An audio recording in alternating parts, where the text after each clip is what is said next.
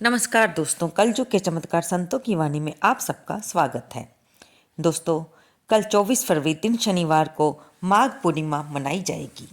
माघ पूर्णिमा की तिथि 23 फरवरी को 3:33 से दोपहर के शुरू हो जाएगी और इसकी समाप्ति 24 फरवरी को दोपहर 5:59 पर होगी।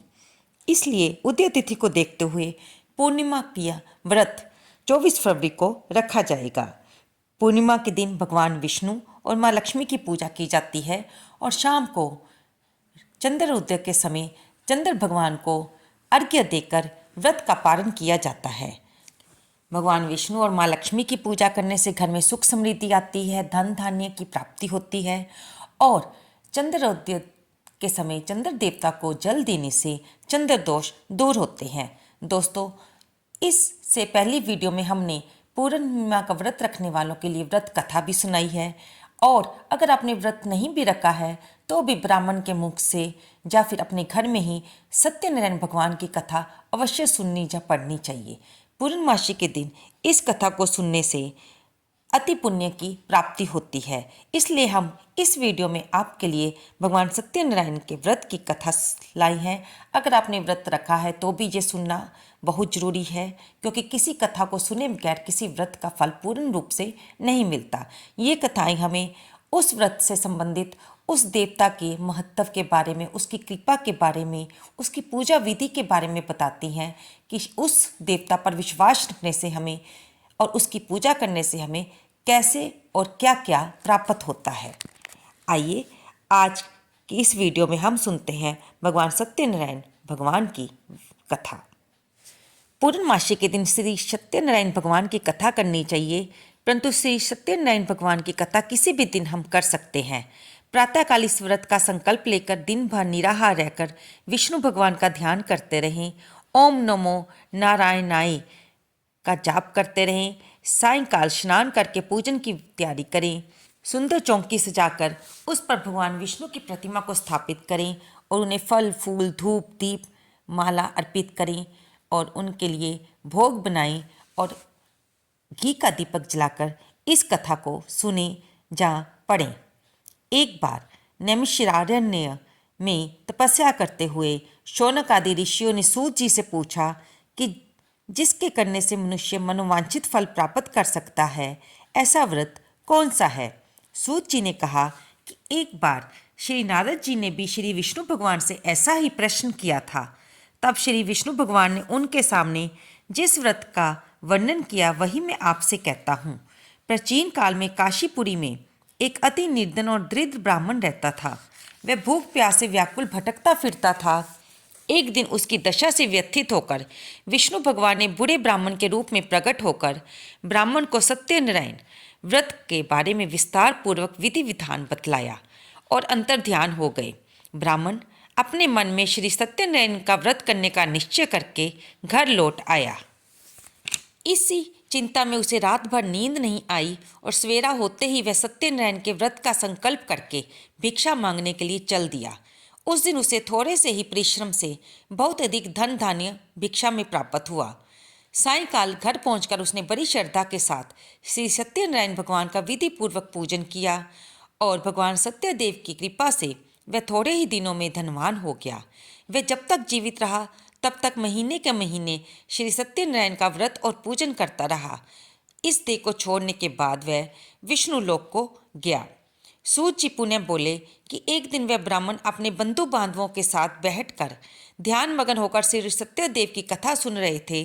तभी भूख प्यास से व्याकुल एक लक्कड़हारा वहां आ पहुंचा।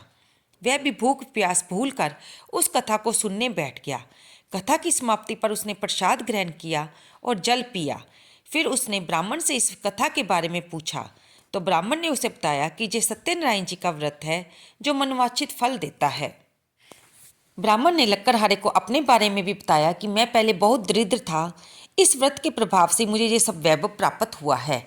ये सुनकर लक्कड़हारा बहुत प्रसन्न हुआ और मन ही मन उसने भी श्री सत्यनारायण का व्रत करने का निश्चय किया और लकड़ी बेचने के लिए बाजार की ओर चल पड़ा। भगवान की कृपा से उसे उस दिन लकड़ियों का दुगना दाम मिला। उसने उसी पैसों से केले दूध दही आदि पूजन की सामग्री खरीद ली और घर चला गया। घर पहुंचकर उसने अपने कुटुंबियों और पड़ोसियों के साथ विधि पूर्वक सत्यनारायण का पूजन किया। सत्यनारायण भगवान की कृपा से वह भी थोड़े ही दिनों में संपन्न हो गया। सूत जी ने फिर कहा कि प्राचीन काल में उल्कामुख नाम का एक राजा हुआ है। वह और उसकी पत्नी दोनों ही बड़े धर्मनिष्ठ थे। एक समय राजा रानी भद्रशिला नदी के किनारे श्री सत्यनारायण की कथा सुन रहे थे कि एक बनिया भी वहां पर पहुंच गया। उसने रत्नों से भरी अपनी नौका को एक किनारे पर लगा दिया और स्वयं पूजा की जगह पर गया। वहां का चमत्कार देख उसने राजा से इसके बारे में पूछा। राजा ने कहा, हम विष्णु भगवान का पूजन कर रहे हैं। ये व्रत सभी मनोकामनाओं को पूर्ण करने वाला है। राजा के वचन सुनकर और प्रसाद पाकर बनिया अपने घर चला आया। घर पहुंचकर उसने अपनी पत्नी से व्रत का सब वृत्तांत कहा। क्योंकि वे दोनों दंपति संतान के सुख से वंचित थे, इसलिए उन्होंने संकल्प किया कि वे भी संतान होने पर ये व्रत करेंगे। उसकी पत्नी का नाम लीलावती था। सत्यदेव की कृपा से वह कुछ ही दिनों में गर्भवती हो गई और 10 महीने बाद उसने एक अति सुंदर कन्या को जन्म दिया। कन्या का नाम कलावती रखा गया और वह चंद्रमा की कलाओं के समान नित्य प्रति बड़ी होने लगी। एक दिन अवसर पाकर लीलावती ने अपने पति को भगवान सत्यनारायण की पूजा और व्रत की बात याद कराई तो उसने कहा कि ये व्रत मैं कन्या के विवाह के समय करूँगा। ऐसा कहकर वह पुनः अपने कारोबार में मगन हो गया।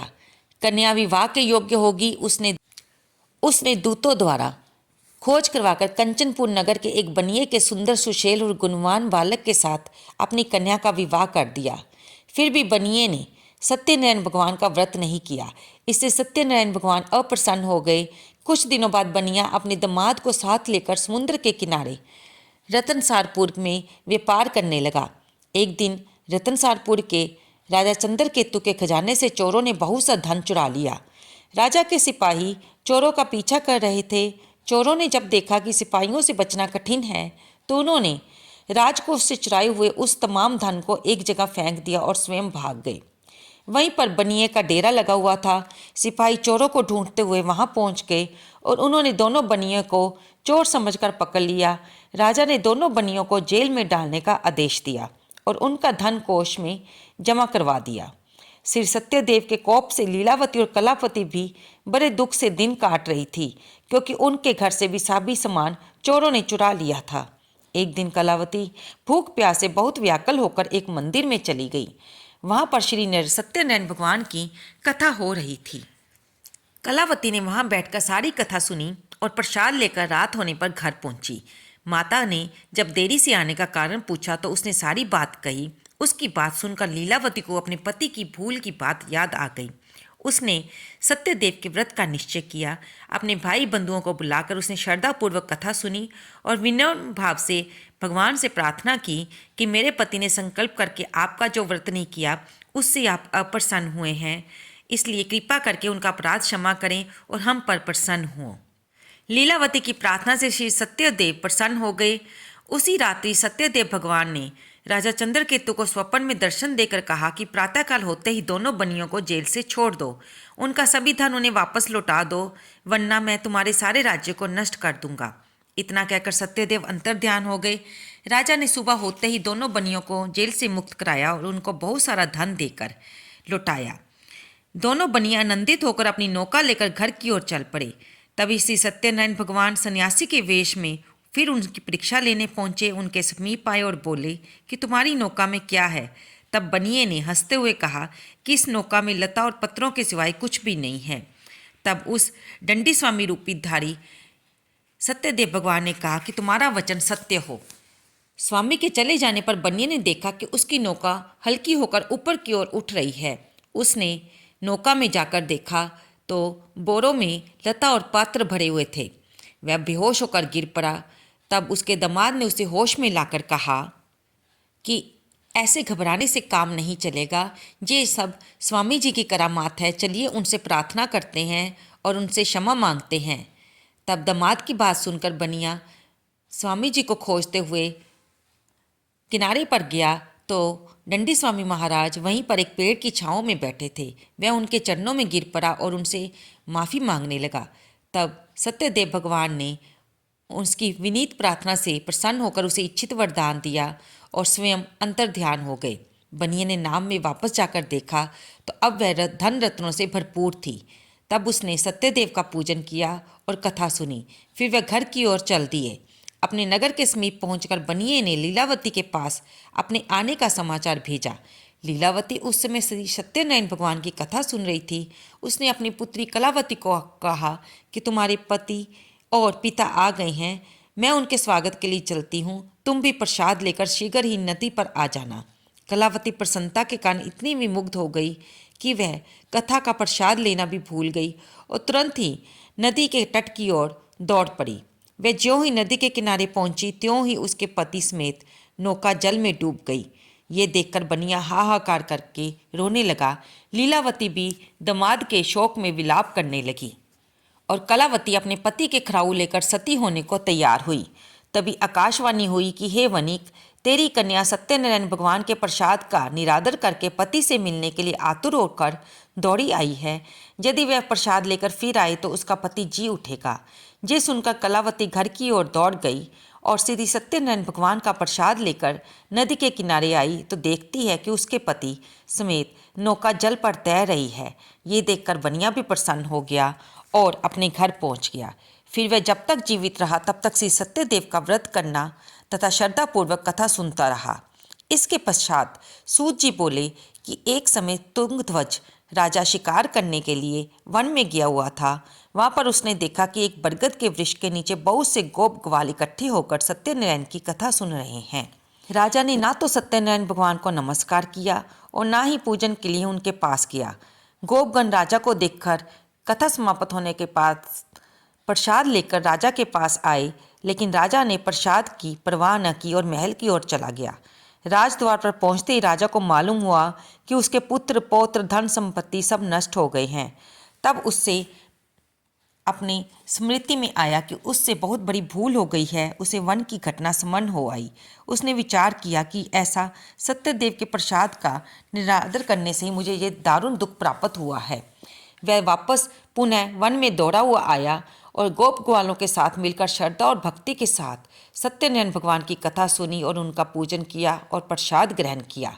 इसके बाद वह घर लौटा तो उसे अपने पुत्र पुत्र आदि और धन संपत्ति ज्यों की त्यों मिली, क्योंकि ये सब सत्यनारायण भगवान की लीला ही थी।